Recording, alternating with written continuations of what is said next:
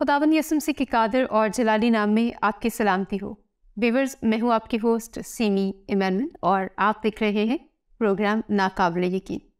आज एक नए एपिसोड में हम आपको खुशामदीद कहते हैं और हम बात कर रहे हैं बाइबल मुकद्दस में शादी की।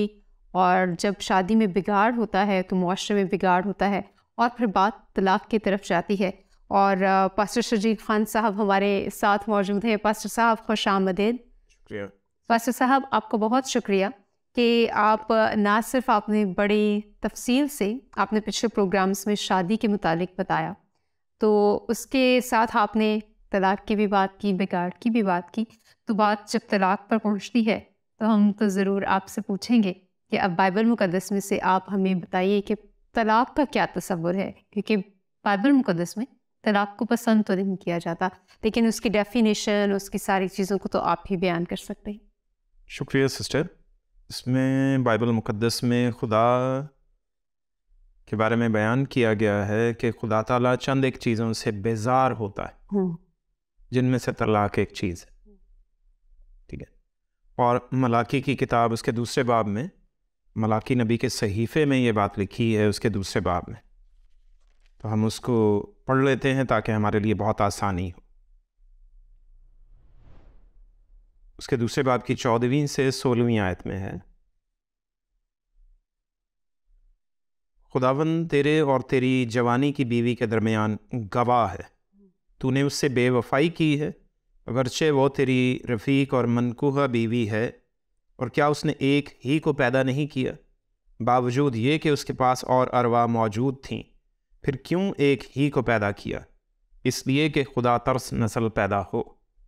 बस तुम अपने नफ्स से ख़बरदार रहो और कोई अपनी जवानी की बीवी से बेवफाई ना करे, क्योंकि खुदावंद इसराइल का खुदा फरमाता है, मैं तलाक से बेजार हूँ और उससे भी जो अपनी बीवी पर जुल्म करता है, रब्बुल अफ़वाज फरमाता है।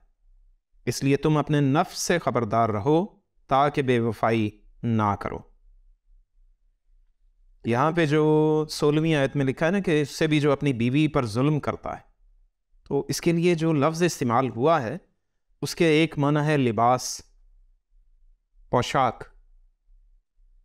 मियाँ बीवी एक दूसरे के लिए पोशाक की माने में है, जो हमारी जो है वो सतरपोशी करता है। ठीक है। तो हम जब शादीशुदा हैं तो हम खुदा ताला की हुजूरी में ऐसे ही हैं, या हम एक दूसरे की क्या है, सतरपोशी करते हैं, एक दूसरे की इज्जत है। लिबास हमारी इज्जत है, एक्चुअली हमारी शर्मिंदगी को ढांपने वाली चीज़ है। और जो अपनी बीवी पर जुल्म करता है उसके बारे में क्या लिखा है, खुदा उससे बेजार है। बेजारी से मुराद ये है कि हम किसी चीज़ को अपने करीब भी आने नहीं देना चाहते, उस चीज़ को हम नहीं चाहते कि उससे हमारा आमना सामना भी हो। हम उससे मेल मुलाकात तो दूर की बात है, हम उसके बारे में सुनकर भी क्या है, हम नाक भूं चढ़ाते। ठीक है। तो इस वजह से बेजारी ज़ाहिर होती है। वो खुदा ताला को दुनिया से बेजारी इन चीज़ों से है। खुदा ताला इन चीज़ों से बेजार है। इंसान होते हुए जब हम बेजार होते हैं किसी बात से या किसी शख्स से, तो हमारा क्या रवैया होगा? तो सोचिए कि खुदा जो पूरी दुनिया को बनाने वाला है वो जिस चीज़ से बेजार। तो अब थोड़ा सा तसव्वुर कीजिए कि हमारे मुल्क में जो है वो तलाक की शरह क्या है, रोज़ बरोज़ तदरीज बढ़ रही। फिर उसके अलावा फिर अब थोड़ा बाहर निकलते हैं, अब पूरी दुनिया में तलाक की शरह 34 से 35% जो शादियां हैं वो 5 से 10 सालों के अंदर तलाक की तरफ चली जाती हैं पूरी दुनिया में। So sad. पूरी दुनिया में तकरीबन 40% लोगों ने जॉब से रिज़ाइन किया। पूरी दुनिया में 40% लोग जो है वो जॉब से रिज़ाइन कर दिया लोगों ने। क्यों? कि भाई किसी भी वक्त आलमी वबा आ सकती है, हम सब मर सकते हैं, हमने ख़ानदान को टाइम ही नहीं दिया अभी तक, जिससे तलाक की शरह में मज़ीद कमी हुई। सही। और लोग जो है आपसी रिश्ते में मजबूत होने लगे। ठीक। तो असल में जो पहले जो प्रोग्राम्स हम कर चुके हैं शादी के ताल्लुक से, तो लोग क्या है फिर वापस असल बुनियाद की तरफ चल पड़े, यानी मोहब्बत फिर बढ़ने लगी। तो जिसकी बुनियाद पर क्या है, ख़ानदान मजबूत होगा, ख़ानदान मजबूत तो मुआशरा मजबूत होगा। तो शादी के लिए खुदा ताला ने यही निज़ाम रखा है, इंसान के लिए खुदा ताला ने यही निज़ाम रखा है। अब इसमें कई चीज़ें मौजूद हैं। जो मुआशरती बेराह रवी हुई, जो शादी को अहमियत नहीं दी गई या शादी को मुक़द्दस अहद नहीं समझा गया, तो मुआशरे में बिन बाप के बच्चे, मुआशरे में अबॉर्शंस हैं, जो दूसरा बड़ा अलमिया है। तो ये किसकी जिम्मेदारी है? बिन बाप के बच्चे, क्या माँ का कसूर है?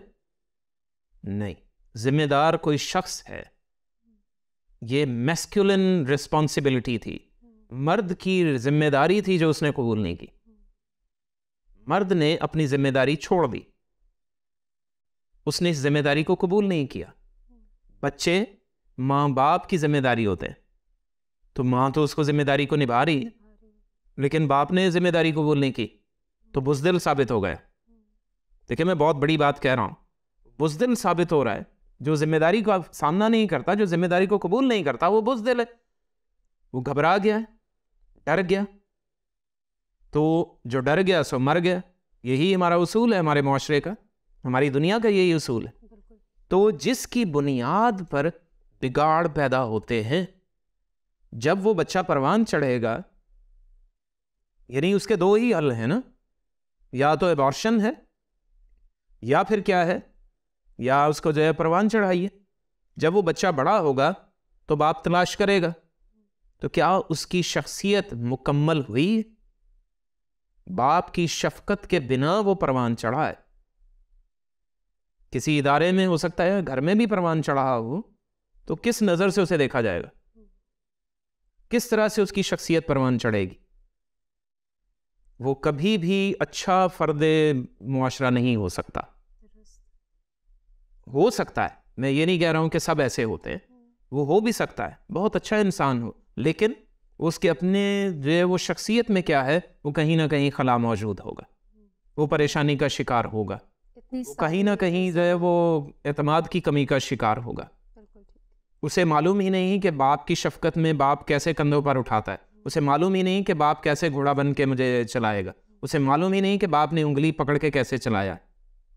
उसको पता ही नहीं होगा कि बाप हीरो होता है। बिल्कुल। तो उसे पता ही नहीं कि एक शौहर कैसा होता है, उसे पता ही नहीं कि एक बाप कैसा होता है, वो खुद कैसा बाप और शौहर बनेगा। उसको सीखना पड़ेगा दूसरों से। और दूसरी सूरत हाल में पास्टर साहब, उसको अपने बाप से भी नफरत होगी, उसको हर बाप से Exactly, यही बात है कि अब उसके दिल में क्या चीज़ उभरेगी? वो नफरत उसके दिल में उभरना शुरू हो जाएगी। वो चुनाव करेगा, क्योंकि मोहब्बत और नफरत कोई जज्बात का नाम नहीं है, हरगिज़ नहीं है, ये चुनाव है। These are choices. ये गलत जो है फ़लसफ़ा दुनिया को सिखाया गया कि मोहब्बत एक जज्बा है। हम जज्बात की बुनियाद पर चुनाव नहीं करते, हरगिज़ नहीं। हम चुनाव की बुनियाद पर अपने जज्बात का इजहार करते हैं। असल मसला यहाँ से शुरू होता है इंसान के अंदर। तो हमें क्या है, जो फ़लसफ़ा दुनिया ने सिखाया है वो गलत तरीके से सिखा दिया है। बाइबल मुक़द्दस हमें ये सिखाती है कि मोहब्बत एक चुनाव का नाम है। आप खुदा से प्यार करने का चुनाव करते हैं। आप दुनिया से गालिब नहीं, दुनिया से मगलूब नहीं होते, क्योंकि आपने खुदा की मोहब्बत का चुनाव कर लिया है। आपका जज्बा आपके अंदर कौन से पैदा हो गया? कोई भी नहीं। आप तो गैर जज्बाती अंदाज में बड़े ही समझदारी से चल रहे होते हैं। तो ये चुनाव है जिनका चुनाव दुरुस्त तरीके से किया नहीं गया, ना ही लोगों को सिखाया गया। तो हमारे इदारों को अपनी तालीमात और अपनी किताबें दोबारा से लिखने की ज़रूरत है। किताबों के ढेर लिख तो दिए हमने, लेकिन उनको दुरुस्त तौर पर हमने समझा नहीं। तो इस वजह से हमें अपनी तालीम को रिफ्रेश करने की ज़रूरत है। जैसे कंप्यूटर को रिफ्रेश किया जाता है, उसकी दोबारा से जो है वो सेटिंग करने की ज़रूरत पड़ेगी। शायद बिल्ट इन ही कोई प्रॉब्लम बन गया हमारा, हमने उसे बिल्ट इन ले लिया। ये मोहब्बत एक जज्बे का नाम है, हमने ये सुन लिया, तो जी वैलेंटाइन डे वाले दिन ही ये जज्बा उभर कर सामने आता है। तो बाकी दिनों में क्या मरा हुआ होता है वो जज्बा? नहीं। वो चुनाव हमने कर लिया कि हमने सिर्फ उस दिन ऐसे इजहार करना है। ये चुनाव का नतीजा है, ये जज्बे का नाम नहीं।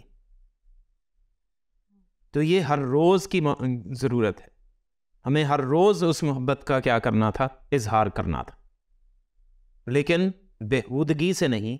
ये हरगिज़ खुदा ने नहीं कहा, इसकी इजाज़त नहीं दी। हम पहले बात कर चुके हैं कि पाकीज़गी से, और वो पाकीज़गी सिर्फ ब्याह शादी के वसीले है।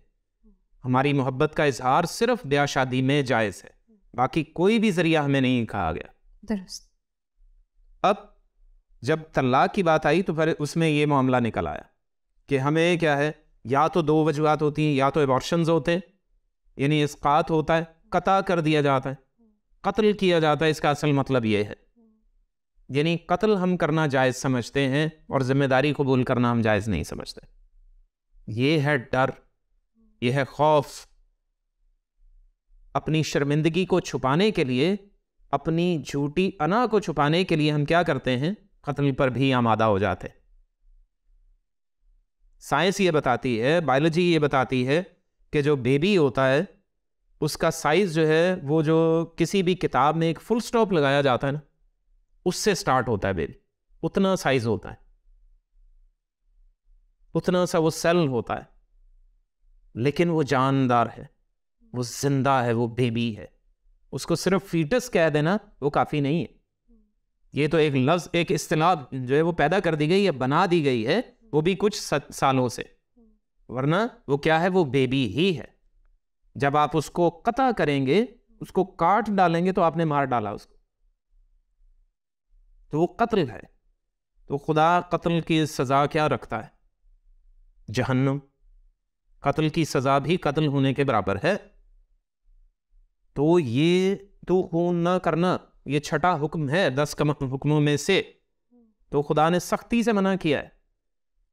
जब काइन ने हाबिल का खून कर डाला तो खुदा ताला ने उसे क्या कहा कि मासूम का खून मुझे ज़मीन से अदालत के लिए पुकारता है।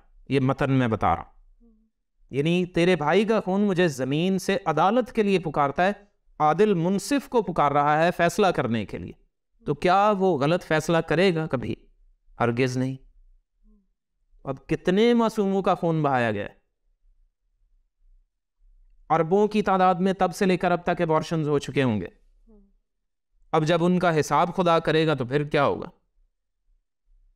जिम्मेदारान के साथ खुदा क्या सलूक करेगा? वो तो आदिल मुनसिफ है। उसके अलावा जो, यानी कि अब जो बिन बाप के बच्चे हैं, अब उन लोगों का हिसाब किताब जब किया जाएगा, क्या वो पाक बंधन में बंधे हुए थे? नहीं, वरना बिन बाप के बच्चे कैसे होते? तो दोहरा गुनाह है उसमें। एक तो जिना है, यानी 7वां हुक्म तोड़ा, तो जिना ना करना, और फिर उसके बाद क्या है, फिर अहद मुकद्दस में भी शामिल नहीं है, वो शादी के बंधन में भी नहीं बंधे हुए। तो दोहरे गुनाह के जो है वो मर्तकब हो चुके हैं। वो जिस बुनियाद पर मुआशरे में देखें बदी पर बदी, तय दर तय बदी पर बदी होती चली जा रही, और उसके नतीजे में क्या है, मुआशरे में अच्छाई कैसे आए? खुदा नाराज दर नाराज हो रहा है, खुदा के हुक्म की उदूली हो रही है, उदूल हुक्मी पर उदूल हुक्मी हो रही है, तो खुदा मजीद नाराज होता चला जा रहा है। वो खुश तो नहीं हो रहा, उसने तहम्मुल कर रखा है। मैं ये लफ्ज़ भी उसकी ज़ात के कह लीजिए कि यानी कि उसकी शान में एक तरह से गुस्ताखी ही है तहम्मुल करना, लेकिन मैं कह रहा हूँ उसके कलाम में लिखा है, वो जो तुरा देकर तहम्मुल कर रहा है बस, कि वो ये भी उसका फजल है दुनिया पर। यानी मैं अपने आप को तसव्वुर कर रहा हूँ, फ़र्ज़ कीजिए मैं अगर जो है वो कहीं अदालत पे बैठा हुआ हूँ, खुदा मुझे माफ़ करे, मैं यानी बिल्कुल जो है वो इस काबिल नहीं, मैं तो यानी कदमों की खाक के बराबर भी नहीं हूँ, लेकिन अगर मैं हूँ तो मैं तो कब से दुनिया को ख़त्म कर चुका होता। यानी दुनिया में इतनी गंदगी है, तह दर तह, गुनाह पर गुनाह, गुनाह दर गुनाह, फिर मज़ीद सोचना कि हम तो बहुत अच्छे। वो घुमंड भी अलग से, घुमंड एक अलग जो है गुनाह। फिर अपने गुनाह को छुपाने के लिए फिर क्या है, झूठ भी बोले जा रहे हैं, जो एक और गुनाह। मतलब कैसे गुनाह की जो है वो आपस में ये गिरा बंधी हुई है, कैसे एक दूसरे से नत्थी है ये गुनाह सारे के सारे। तो उससे क्या है, मुआशरे की हालत जो हो रही है वो मौजूदा हालत है, और ख़ुद गुनाह पर गुनाह करते रहते हैं और दूसरों का गुनाह हमसे देखा नहीं जाता। बेशक ये खुद गर्जी की इंतहा हो जाती, इंसान सुन्न होने लगता है। इंसान का ज़मीर खुदावंद का चिराग है जो इंसान को राह हक दिखाता है, और जब हम गुनाह करते हैं या कोई भी शख्स दुनिया में गुनाह करता है तो उसका ज़मीर मुर्दा होने लगता है। चिराग की लौ, वो तेल कम होने लग गया चिराग, तो उसकी लौ धीमी पड़ने लगती है, वो शोला कम होने लगता है जो उसको राह हक दिखाएगा, सराते मुस्तकीम उसको नजर नहीं आएगी, फिर उसकी आंखें धुंधलाने लगेंगी, उसकी विजन, उसकी बसारत, उसकी बिनाई धुंधली पड़ना शुरू हो गई है। तो वो क्या होगा? वो ठोकरें ही खाएगा, उल्टी टामक टोइयां अंधेरे में मारेगा और उल्टे काम मजीद बढ़ते चले जाएंगे। बिल्कुल ठीक। मुआशरे में बिगाड़ बढ़ता चला जाएगा और ये है जो है वो गुनाह का नतीजा। बिन बाप की औलादें, बिन यानी कि ये एबॉर्शंस। तो इस तरह से यानी यतीम खानों का वजूद क्यों है? कोई तसव्वुर ही नहीं होना चाहिए, इनकी ज़रूरत ही नहीं है दुनिया को। खुदा ने हुक्म दिया था कि तुम फलो और बढ़ो, ज़मीन को मामूर व महकूम करो, अब अपनी औलाद पैदा करो, लेकिन मियाँ बीवी बनकर। ये यतीम खाने बन गए। आए दिन जो वो सुनने में आ रहा होता है जी फलां जगह यतीम खाना खुला, फलां जगह खुला, उसमें जी इतने बच्चे आ गए, उसमें इतने बच्चे आ गए। खुदा न खास्ता वालिदैन में से किसी का इंतकाल हो जाए तो वो एक अलग मामला है, वो पेरेंट लेस चाइल्ड हो गए हैं, वो अलग बात है। लेकिन ऑर्फनेज ये कोई जो है वो ज़रूरत नहीं है मुआशरे की, हरगिज़ नहीं। और फिर खुदा जो है वो आगे इस तालीम को मज़ीद बढ़ाता है। खुदा ने बता दिया, वाज़े कर दिया कि मैं तलाक से बेजार हूँ। इसका मतलब ये नहीं है कि वो नए अहदनामा में मसीह के वसीला से खुदा तलाक से खुश हो गया है, हरगिज़ नहीं। खुदा सख्त नाराज़ है, बेजार है खुदा, घिन आती है खुदा को इस चीज़ से। बेजारी का मतलब ये, जैसे हमें बदबू से घिन आती है, गंदी चीज़ों से घिन आती है, गली में फैले हुए गंदे पानी से घिन आती है, बिखरे हुए कचरे से घिन आती है, गंदे घर से घिन आती है, गंदे माहौल से घिन आती है, गंदी सोचों से घिन आती है, वैसे ही खुदा को इस चीज़ से तलाक से घिन आती है, बेजार है खुदा। मत्ती की मार्फत इंजीली बयान में यसू ये फरमाता है 19वें बाब में। अब लोगों ने सवाल जवाब करना शुरू कर दिए कि खुदाम यसू से करते हैं, उस्ताद तू बता के जो है वो क्या करना चाहिए। फरीसी उसे आजमाने को उसके पास आए। फरीसी कौन लोग हैं? पेरोशीम इनका जो इब्रानी नाम है। ये लोग आलिम लोग हैं, पढ़े लिखे, बेतहाशा पढ़े लिखे लोग, स्क्राइब्स। बेशक। और कहने लगे कि क्या हर एक सबब से अपनी बीवी को छोड़ देना रवा है? अब उनमें तसव्वुर क्या है? हर एक सबब, यहां पे लफ्ज लिखा हुआ है हर एक सबब। अब इसमें असबाब कौन से हैं वो वाजे नहीं हो रहे। तूने आटे में नमक क्यों ज्यादा डाल दिया, ये भी एक सबब है। तो वहां पे ये तसव्वुर भी डेवलप हो चुका है बहुत सी जगहों पर। सिर्फ मैं इसराइली तसव्वुर की बात नहीं कर रहा हूं, पूरी दुनिया के तसव्वुर की बात कर रहा हूं। मिर्ची क्यों तेज डाल दी सालन में, नमक क्यों तेज डाल दिया, जो है वो आज रोटी ही तुमने सही नहीं बनाई, तो ये असबाब है। आज तूने जो है वो, या एक जो है वो बड़ा पुराना सा मुहावरा है, मुझे पंजाबी की बात कही जाती है, तो आटा गुन दी है लदी क्यों है, स्ट्रेंज। तो ये भी असबाब हैं। तो ये चीज़ें जो है वो ये तसव्वुरात हैं, ये तालीमात बन जाती हैं लोगों की, मुआशरे में, ख़ानदानों में बिगाड़ का ये असबाब बन जाते हैं। क्या हर एक सबब से अपनी बीवी को छोड़ देना रवा है? यसू ने फ़ौरन से जवाब में कहा, क्या तुमने नहीं पढ़ा कि जिसने उन्हें बनाया उसने इब्तिदा ही से उन्हें मर्द और औरत बनाकर कहा। मलाकी का हवाला यसू फिर यहाँ पे दे रहे, मर्द और औरत बनाकर कहा। इस सबब से मर्द बाप से और अपनी माँ से जुदा होकर अपनी बीवी के साथ रहेगा और वो दोनों एक जिस्म होंगे। बिल्कुल ठीक। बस वो दो नहीं बल्कि एक जिस्म है, इसलिए जिसे खुदा ने जोड़ा है उसे आदमी जुदा ना करे। यस्सु ने उस बात को तलाक के हवाले को और पैदाइश के हवाले को, मलाकी और पैदाइश दोनों हवाला जात को यस्सु ने यहाँ पे यकजा कर दिया और उसमें एक नई चीज़ का इजाफा भी कर दिया कि मैं सिर्फ तलाक से बेजार ही नहीं हूँ, बल्कि मैं ये कहता हूँ कि आदमी किसी को जुदा भी ना करे, मियाँ बीवी को। अब वो दोनों भी खुद को जुदा नहीं कर सकते, उनको भी इजाज़त नहीं है कि वो एक दूसरे से जुदा हो, क्योंकि वो कानूनी तौर पर, शरई तौर पर, मजहबी तौर पर, मुआशरती तौर पर, ख़ानदानी तौर पर एक हो चुके। सही। और सिर्फ एक होना, शादी के बंधन में सिर्फ एक होना, ये नहीं कि जिस्मानी तौर पर एक हुए, नहीं, ये रूहानी एक होना है, रूहानी तौर पर एक होना है। यक जान दो कालिब, ये बड़ा खूबसूरत जो है वो एक तरीके अल्फाज का एक मजमुआ, एक मुहावरा इस्तेमाल किया गया कि जान बस बाहर तो नजर नहीं आती ना, अंदर से वो एक होते हैं, उनका मन एक होता है। वो अंगूठी में जड़े हुए नगीने, एक अंगूठी है और दूसरा उसका नगीना है, तो इस वजह से वो दोनों अंदर में एक हैं, इसलिए उनको जुदा नहीं किया जा सकता, इसकी इजाजत नहीं दी गई। उन्होंने उससे कहा फिर मूसा ने क्यों हुक्म दिया है कि तलाकनामा देकर छोड़ दी जाए? उसने उनसे कहा कि मूसा ने तुम्हारी सख्त दिली के सबब से तुमको अपनी बीवियों को छोड़ देने की इजाजत दी थी, मगर इब्तिदा से ऐसा ना था। और मैं तुमसे कहता हूं कि जो कोई अपनी बीवी को हरामकारी के सिवा किसी और सबब से छोड़ दे और दूसरी से ब्याह करे वो जिना करता है, और जो कोई छोड़ी हुई से ब्याह कर ले वो भी जिना करता है। हजरत मूसा के वसीले जो शरीयत दी गई उसमें तुम्हारी सख्त दिली थी, इस वजह से खुदा ने तलाक का हुक्म दे दिया। लेकिन अब जब कि तुम मजीद पढ़े लिखे होते चले जा रहे हो और मुआशरा मजीद तरक्की करता चला जा रहा है और दुनिया को अक्ल व शऊर बढ़ती चली जा रही है दुनिया में, तो इसलिए मैं तुमसे कहता हूं कि बीवी को किसी बायस मत छोड़ो, क्योंकि बीवी भी तो ये बात कह सकती है। सिर्फ बीवी में हरामकारी की बात नहीं है, शौहर में अगर हरामकारी पाई गई तो फिर कौन जिम्मेदार है? दुरुस्त। क्योंकि ये सिर्फ इसी चीज को नजरअंदाज किए चले जा रहे थे कि बीवी में कसूर हो, वही आटा गूंथते हुए ना हिले, वही नमक ज्यादा ना डाले, वही मिर्चें ज्यादा ना इस्तेमाल करे, वही काम दुरुस्त करे।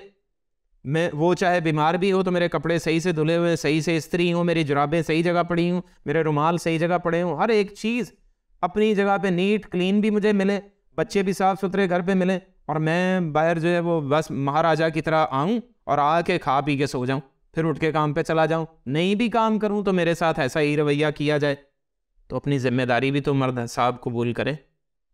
मैं ख़वातीन की साइड सिर्फ नहीं ले रहा हूँ, मैं सिर्फ हक की बात बता रहा हूँ, गैर जानिबदारी से। जहाँ पे ख़वातीन को देखने की ज़रूरत है कि वो शौहर की इज्जत करे तो हर एक बात में करे।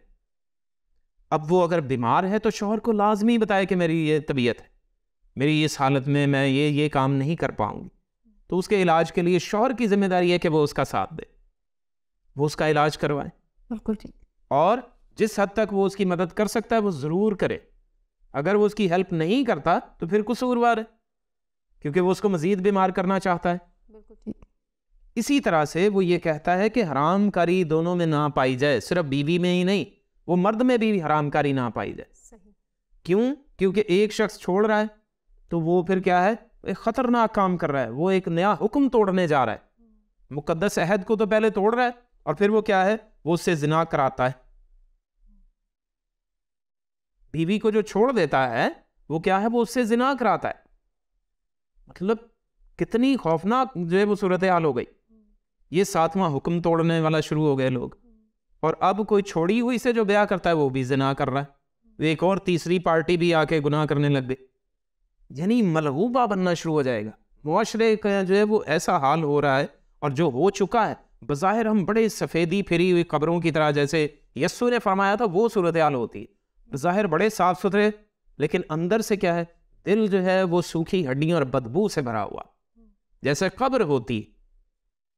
ये सूरत हाल मैं किसी की हतक नहीं करना चाह रहा, माजरत के साथ, दरअसल इंसानी फितरत और उसकी जबिल्लत की बात कर रहा हूँ। ये वो सबब हैं जिनसे इंसान को क्या है, वो गुरेज करने को कहा गया है। खुदा का ये तसव्वुर है तलाक के बारे में, ठीक। और लोगों के जो नज़रियात हैं उन्होंने खुद से इन पर जो है वो, भाई एक आपको नहीं भा रहा शख्स, आप उसको छोड़ो दूसरे से कर लो। यानी एक लड़की समझ में नहीं आ रही तो जी आप उस दूसरी से कर लो, उसके औलाद नहीं हो रही तो भाई दूसरी से कर लो। खुदा ने इसलिए शादी नहीं बनाई। अगर एक से औलाद नहीं हो रही तो उसी के साथ ज़िंदगी बसर करो, खुदा से दुआ करते रहें, खुदा के हुजूर रोज़े रखें, खुदा से मदद मांगते रहें, अपना इलाज करवाएं, ताकि खुदा आपको औलाद जैसी नेमत से नवाजे। और उसके अलावा भी आप दूसरों के सामने पाकीज़गी का ख़ानदानी नमूना पेश करते रहें, पाकीज़ा जोड़े का नमूना पेश करते रहें। तो ये सबब था, ये चीज़ है जो खुदा चाहता है। और जैसे कि अभी आपने बाइबल मुक़द्दस में से पढ़कर बताया, और हम सब जानते हैं कि कोई इंसान जुदा ना करे, और मैंने बहुत सारे लोगों को देखा है जो सास जो है वो अपने मियाँ बीवी ठीक होते हैं मगर उनकी तलाक करवा देते हैं और फिर नई बहू ढूंढने चले जाते हैं। एक्चुअली यहाँ पर जो है वो फिर मर्द कमज़ोर है, जो शौहर है उसकी जिम्मेदारी है, क्योंकि वो चाहता है कि वो दूसरी शादी करे, इसलिए वो बीवी को छोड़ने को तैयार हो गया है। वरना वो मैंने बताया था कि 2 सफ़ात और आग को जोड़ा गया है, तो कैसे वो जुदा हो गया? नगीना कैसे निकल गया अंगूठी में से? किसी ने उखाड़ा है तो निकाला है, आदमी ने कोशिश की है तो उसने जुदा किया है। या अगर रेजिस्ट भी नहीं किया तो ये भी उसका गुनाह है। यही चीज तो मैं कह रहा हूँ, उसकी जिम्मेदारी है, उसने उस बात में शमूलियत इख्तियार कर ली जो उसकी सास यानी उसकी माँ कह रही थी या ससुर कह रहा था। अलबत्ता खुदा ने ये कहा है इसके बरक्स कि शौहर अपने माँ बाप को छोड़ेगा और बीवी से मिला रहेगा। वो क्या करता है? वो खुद अपनी जिम्मेदारी संभाले, खुद अपना घर चलाए, खुद अपने अखराजात पूरे करने का तरीकाकार अपनाए।